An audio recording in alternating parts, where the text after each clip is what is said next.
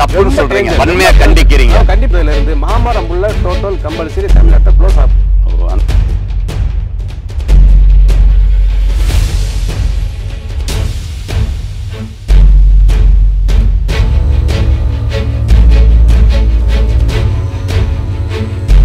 இது வந்து mixed breed. பெரிய மரங்களுக்கு நீங்க மேல ஏரியனா ஊத்தக்கூடாது.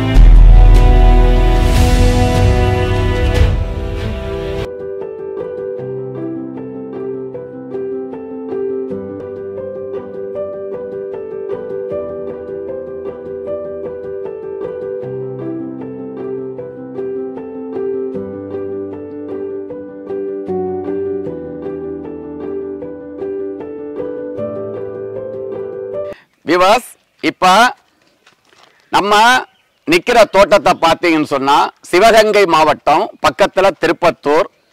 அதுல அந்த தோட்டத்தினுடைய ஃபார்ம் பேர் வந்து பார்த்தீங்கன்னு சொன்னா சபேரி ஃபார்ம்னு சொல்லி வச்சிருக்காங்க. அவர் வந்து வெளிநாட்டில் இருக்காங்க. அந்த தோட்டத்தை, அதாவது தோட்டத்துக்கு உற்ற நண்பன் இருந்தா அந்த தோட்டம் வளரும்னு சொல்லுவாங்க. அந்த உற்ற நண்பனாகிய மிஸ்டர் ராஜேந்திரன் சார் தான் நம்ம பசுமை பூமியை வந்து அவரு சாருகிட்ட, மிஸ்டர் சபரி சாருகிட்ட பெர்மிஷன் வாங்கி நம்ம தோட்டத்தை பார்க்கறோம். ஏறக்குறைய 1000 சில்லற தென்னை மரங்கள் இருக்கு, காய்ப்பு இல்ல. அது சார் வந்து பசுமை பூமியினுடைய வழிகாட்டுதலின்படி நம்ம தென்னையை பார்த்தா அந்த தென்னை நமக்கு கை கொடுத்தா ஃபார்ம் வந்து வயபுலா இருக்கு. ஆனா வந்து நிச்சயமாக அப்ப விவசாயிகள் யாருன்னு சொன்னா செல்வந்தர்களாக இருந்தாலும் விவசாயம் வந்தா அந்த விவசாயத்துல வருமானம் கிடைக்கிறதோ இல்லையோ, ஆனா நம்மளை படைத்த இந்த கடவுளுக்கு நம்ம நன்றி சொல்லன்னு சொன்னா விவசாயம் செய்யணும். அப்படிதானே சார்? கண்டிப்பா. அதுதானே சந்தோஷம். அதுதான் சந்தோஷம். வேற எந்த சந்தோஷமும் இல்ல. அதுதான் கண்டிப்பா. இப்ப அது மட்டும் இல்லாம முக்கணிகளின் சிறந்த பலன் வந்து நம்ம சொல்லுவோம் மா. அதுல சார் வந்து அவருடைய தோட்டத்துல இயற்கை முறையில விளைவித்த அல்போன்சா பழத்தை வந்து நம்மளுடைய தமிழர் பாரம்பரியம் மா பிளா வாழையில நம்ம இதை சாப்பிட்டு பார்க்கிறோம்.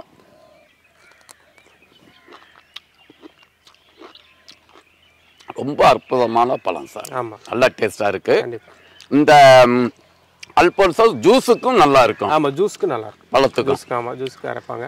அப்புறம் சாப்பிடுறதுக்கு அனுப்பி. அதாவது நாட்டு மரம். நாட்டு மரம் 50 வருஷம் 55 வருஷத்துக்கு குறையாது இதோடைய தாய்.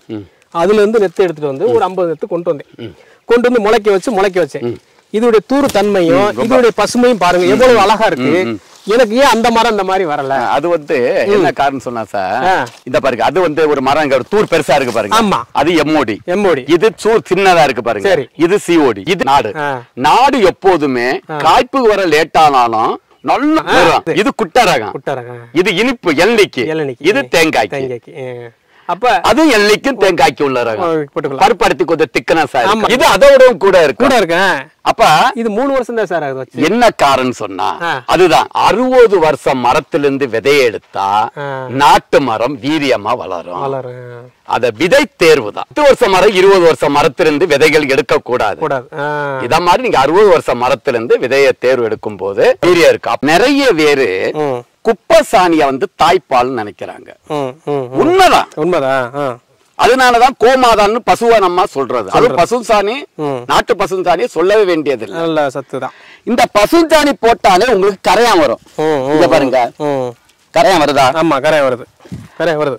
அப்ப இந்த குப்பை சாணிய நிறைய பேர் காசு கொடுத்து, ஏன்னா தென்னங்கன்றுகளுக்கு உரம் போடும் போது குப்பைய காய வச்சு போடலாம். பெரிய தென்னை மரங்கள் வைக்கும் போது குப்பைய வந்து இந்த அளவுக்கு காய விடக்கூடாது. பிசுபிசுப்பு இருக்கணும். அந்த பசப்பு இருக்கணும். பசபசப்பு இருந்தாதான் மண்புழுக்கள் அதுல குடிவாழும். அப்ப தயவு செய்து விவசாய பெருமக்களே, எந்த பயிரா இருந்தாலும் தென்னங்கண்ணு சின்ன கண்ணா இருந்தா காய வச்சு போடுவோம். மீதி மரங்களா இருந்தா நெல்லு, கடலை, உளுந்து, சோளம், மரப்பயிறு, தென்னை மரம், காய்க்கிற மரமா இருந்தா பிசுபிசுப்போட போடணும். அப்பதான் கரையானுடைய தன்மையும் வராது. மேங்கோ ஃப்ரூட் வீவில்னு சொல்றது, அது வீவில் டைப் சேர்ந்தது.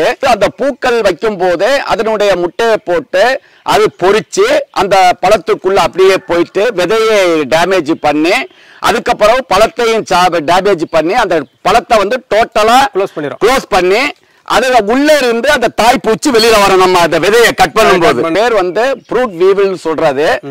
அடுத்தபடியாக அது வந்து நமக்கு வந்து அதனால அந்த பழம் பயன் இல்லாம போயிருது. நுவான் சொல்றது வீவர்ஸ், டைகுளோர்வாஸ் சொல்றது பெஸ்ட் மெடிசன். அதை நம்ம இயற்கை முறையில வளர்க்குறவங்க அவாய்ட் பண்ணிக்கிட்டு நம்முடைய வருமானம் பிளஸ், ஏன்னா மாந்தோப்பும் நல்லா வளருன்னு சொன்னா அந்த அந்த ப்ரூட் வீவில் இருந்து கட்டுப்படுத்துறதுக்கு நம்ம வந்து நுவான் பெஸ்ட் மெடிசன். உங்களுக்கு விவசாயம் பிடிச்சா லைக் பண்ணுங்க, விவசாயி பிடிக்கும்னா ஷேர் பண்ணுங்க, விவசாயம் மற்றும் விவசாயி பிடிக்கும்னா நம்ம பசுமை பூமி சேனலை சப்ஸ்கிரைப் பண்ணுங்க. நம்ம பசுமை பூமி வந்து உங்களுடைய ஏறக்குறைய ஒரு 1900-2000 மரத்துக்கு இளநீ மரம், நாட்டு மரம், நெட்டக்குட்டை இதுக்கெல்லாம் தீர்வுகளை பார்த்து தண்ணி இல்லாத வறட்சி இடத்துல செம்மண்ல நீரை எப்படி நிலைநிறுத்துறது, கழிவுகளை எப்படி உரமாக்குறது, அந்த பார்டரை சுத்தி தோரை போடுறது, மாட்டு தீவன புல்லு போடுறது, உள்ள கொள்ளு கொளிஞ்சி இத மாதிரி உப்பு எப்படி போடணும், சாம்பல் எப்படி போடணும், என்னென்ன உரங்கள் வைக்கணும், பூச்சி நோய்களை எப்படி எல்லாம் கட்டுப்படுத்துறத பற்றி நம்ம தெளிவா சொன்னோம். உங்ககிட்ட நாங்க வீவர்ஸுக்காக மாமரங்களுடைய ரகங்கள் இத மாதிரி மாமரத்தை பற்றி நாங்க உண்மையிலே நிச்சயமா சொல்றேன். எனக்கு வயசு 54. என்னையும் நான் ஒரு மாணவனாக இல்ல சார், ஏன் மாணவனாக டீச்சர் நான் கத்திருக்கேன்னு சொன்னா இந்த சபரிபாம் சாருக்கு நம்ம நிச்சயமா கண்டிப்பா நாங்க லட்சக்கணக்கான விவசாயிகளுக்கு தெரியப்படுத்துவோம். விவாஸ் இப்ப நம்ம நிக்கிற இடத்த பார்த்தீங்கன்னு சொன்னா தேனி மாவட்டம் உயர்திரு மிஸ்டர் முருகன் சாரை நம்ம வந்து பணிவன்போடு வாடிக்கையாளர்களுக்கு அறிமுகப்படுத்துகிறோம். இது வந்து மிக்சடு பிரீடு, ஒரே பிரீடு கிடையாது. இதுல என்னென்ன ரகம் கலந்துருக்குன்னு சொன்னா சாவக்காடு எல்லோ டார்ப்பு, அதே மாதிரி சிஓடி, எம்ஓடி, எம்ஜிடி மலையின் கிரீன் டார்ப்பு, அதுல கிராஸ் ஆனது நாட்டரங்கள் எல்லாமே மிக்சடாக தான் போட்டிருக்கீங்க. ஒரு ஸ்பெஷலைஸ்டு வெரைட்டியாக நம்ம இதில் பண்ணாதது ஒரு ப்ராப்ளம் ஒன்று. செகண்ட் வந்து சார் வந்து இடைவெளி எவ்வளோ சார் போட்டிருக்கீங்க? 24 அடி போட்டு. 24 அடி ஒன்றும் ப்ராப்ளம் இல்லை சார். ரெண்டாவது மரம் பார்த்தேன்னு சொன்னால் இப்போ சார் வந்து ஒரு 12 வருஷம்னு சொல்கிறீங்க. இளநீ வெட்டினாலே மரத்தினுடைய கயிற்று வந்து கூடும். ஆனால் நமக்கு ஒரு 18 வருஷம் மரத்தினுடைய வளர்ச்சி இருக்குது, 12 வருஷத்தினுடைய வளர்ச்சி இருக்குது, 15 வருஷத்தினுடைய வளர்ச்சி. காரணம் ரகம் மாறும் போது கயிற்றுல வேரியேஷன் வரும். அதனால சார் இனி தோட்டத்தை பண்ணும்போது ஒரே ரகமா குட்டை போட்டால் குட்டையாக தான் போடணும், நெட்டை போட்டால் நெட்டையாக தான் போடணும், நெட்டை குட்டை நெட்டை இதை கிராஸ் பண்ணி போடுறான். இது வந்து நமக்கு இதில் வந்து பண்ணதில் ஒரு பிரச்சனை. ரெண்டாவது சாருக்கு தோட்டத்தில் இந்த அளவுக்கு பாதிப்பு வந்ததுக்கு காரணம் வந்து வெள்ளையினுடைய பாதிப்பு வந்து அதிகம். ஒயிட் பிளைனுடைய பாதிப்பு வந்து அதிகம். இதை எப்படி பண்ணலாம் அந்த விவசாயிகளுக்கு அந்த 100 நாள் வேலை திட்டம் பயனுள்ளதாக இருக்கும். இப்போ ஒரு பஞ்சாயத்து இருக்குன்னா அந்த பஞ்சாயத்து போர்டில் அந்த விவசாயிகளை ஒப்படைச்சு அவங்கக்கிட்ட நம்ம போய் எனக்கு 10 லேபர் வேணும்னு அவங்ககிட்ட சொன்னோம்னா அந்த அமௌண்ட் அவங்களும் கொடுக்கட்டும், பாதி நம்மளும் கொடுத்து நம்ம வேலைகளையும் வாங்கி விவசாயி நம்மளும் காசு கொடுப்போம்ல. இப்போ நான் கொடுக்குற சம்பளத்தில் அதில் பாதி அவங்க பாதி கொடுத்தாங்கன்னா சரியா போச்சு. குறைஞ்ச செலவில் எப்படி இந்த தென்னை மரத்தை குலையாக காய்க்க வைக்கிறது என்பதை நம்ம இப்போ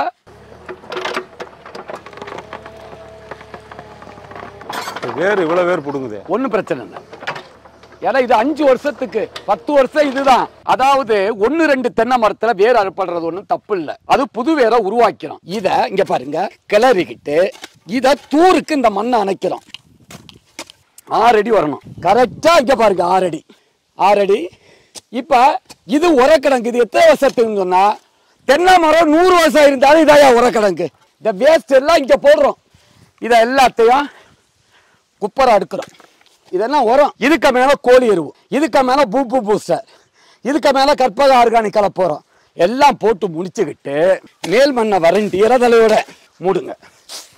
இதை போட்டு மூடுங்க. தென்னை மரம் வறட்சியை தாங்கும், 300 காய்களுக்கு காய்க்கும். இது வந்து நிறைய பேர் இந்த தப்பை பண்றீங்க. சாறு வடிதன்னு சொன்னா சிகப்பா வடியும், இது இப்ப கருப்பு ஆயிடுச்சு பாருங்க. இது ஏன் வருதுன்னு சொன்னா இப்ப இந்த மரம் வந்து ஏறக்குறைய 15 வருஷம் மரம். நீங்க இந்த சிவப்பு கூணுன்ட்டுக்கு மோனோகோட்டபாஸை வேர்ல மருந்து கட்டுவீங்க. அந்த மோனோகோட்டபாஸுடைய அளவை வந்து சிலவங்க அதிகமா கட்டுவாங்க. அதிகமா கட்டும் போது நமக்கு எப்படி வேக்காலம் வந்து நமக்கு இதா உஷ்ணம் அதிகரிச்சு வேக்காலம் வர மாதிரி அந்த மருந்தினுடைய பவர்னால இது வடிகிறது. இது வந்து மனிதர்களால் உருவாக்கப்பட்ட வியாதின்னு சொல்றது. இது வந்து ஸ்டெம் ப்ளீடின்னு சொல்றது. ஒண்ணு இந்த இடத்த நல்லா ஸ்கிராப் பண்ணுங்க லைட்டா, ஏன்னா உள்ள தண்ணி இருக்கும். இதை லைட்டா ஒரு ஸ்கிராப் பண்ணிக்கிட்டு இதுல ஒண்ணு COC பவுடரை தடவுங்க பேஸ்ட் மாதிரி. அப்படி இல்லாட்டி நம்ம பசுமை பூமியில விஸ்டம்னு ஒரு மருந்து, பெஸ்ட் மெடிசன், அதை என்ன செய்யறதுன்னா 1 லிட்டர் தண்ணிக்கு 2 ml இந்த விஸ்டத்தை கரைச்சு ஊத்துனேன்னு சொன்னா அந்த இடத்துல ஊத்துனா அந்த இடத்து மட்டும் அந்த இதுல இருக்கு. ஆமா, இங்க பாருங்க கட்ட குருத்து அடிக்குது. இது காரணம் வந்து என்னன்னு சொன்னா பல வியாதியினுடைய ஒட்டுமொத்தம். இதுக்கு நீங்க உப்பு தூர்ல போட்டாலே இந்த வியாதிகள் வராது. நான் சொன்ன மருந்து அடிச்சாலே அந்த வியாதி வராது. COC, மோனோசில், பூப்பு பூஸ்டர். இது வராம இருக்கிறதுக்கு ஒரு ஐடியா தரேன். வண்டே வரக்கூடாது சார் சொன்னா இத சுத்தி மாட்டு தீவன புல்ல நடுங்க. இந்த புல்லு மாட்டு தீவன புல்லு. ஆமா, கோபோர் கோப்பை இருக்குன்னா கம்பு நேப்பிய இத நட்டியன்னு சொன்னா வண்டுகள் பறந்து வரும்போது இந்த முள்ளு இருக்குன்னு சொல்லி இங்க வராது.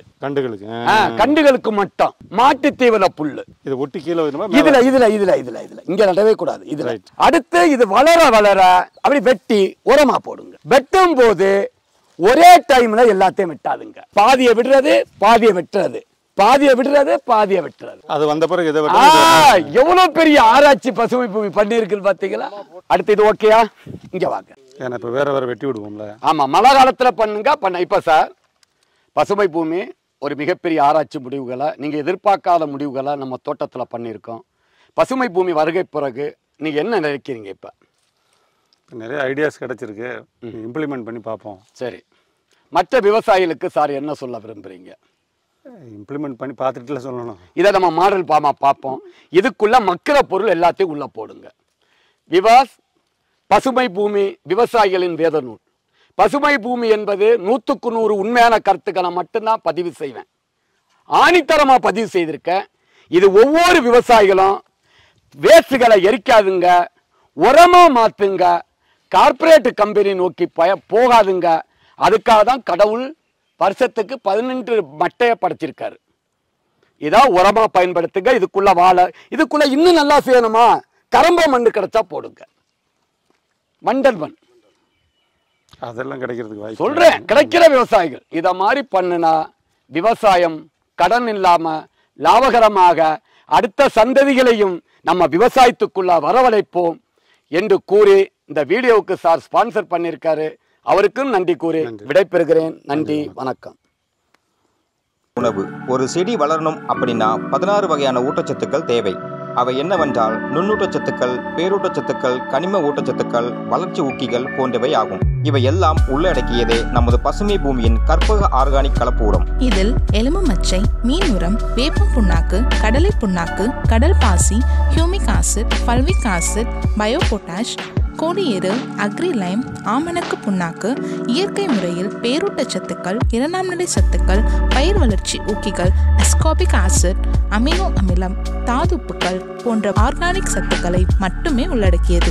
இதை வாழை, ரப்பர், காப்பி, நெல்லி, தேயிலை, பூச்செடிகள், நிலக்கடலை, பாக்கு, காய்கறிகள், தென்னை, ஏலக்காய் போன்ற அனைத்து விதமான பயிர்களுக்கும் பயன்படுத்தலாம். இதை பயிர்களுக்கு பயன்படுத்தும் போது ஒரு ஏக்கருக்கு 50 to 100 கிலோ வரை பயன்படுத்தலாம். தென்னைக்கு ஒரு வருடத்திற்கு 5 கிலோவாக 4 தடவை பிரித்து கொடுக்க வேண்டும். இவ்வாறு பயன்படுத்தினால் ஆர்கானிக் உரமானது வேர் வளர்ச்சியை தூண்டி ஒளி சேர்க்கையை துரிதப்படுத்தி பயிர்களின் ஆரோக்கியத்தை காத்து பூச்சி நோய்களுக்கு எதிர்ப்பு சக்தியை அளிக்கிறது. தென்னையில் உள்ள அனைத்து பிரச்சனைகளையும் சரி செய்கிறது. வாங்கி பயன்படுத்துவீர், அதிக மகசூலை பெறுவீர்.